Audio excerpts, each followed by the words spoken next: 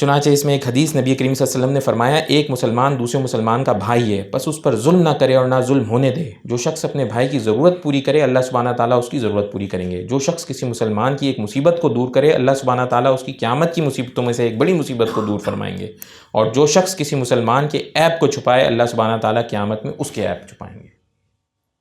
مسلمان مسلمان کا بھائی ہے، مسلمان مسلمان کا بھائی ہے، ظلم نہ کرے نہ ہونے دے۔ اب نہ کرے تو سمجھ میں آتا ہے کہ خود ظلم نہ کرے، نہ ہونے دے کیسے؟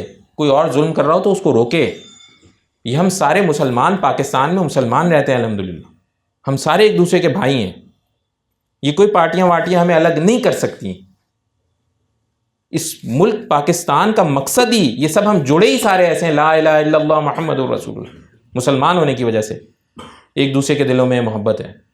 ورنہ تو پتہ نہیں کوئی اور ملک ہوتے نا، سندھستان ہوتا تو پنجابستان ہوتا تو اور کوئی ستان ہوتا تو پتہ نہیں کوئی اور ستان ہوتا، جیسے افغانستان ہے تو الحمدللہ اس ملک کا نام تو پاکستان ہے۔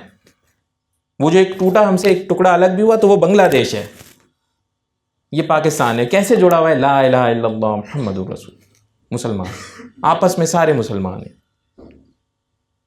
کسی پہ نہ ظلم کریں نہ ہونے دیں، روکیں ظلم کو جس حد تک قدرت ہے۔ سمجھائیں کہ نہیں ظلم نہیں کرنا میرے بھائی۔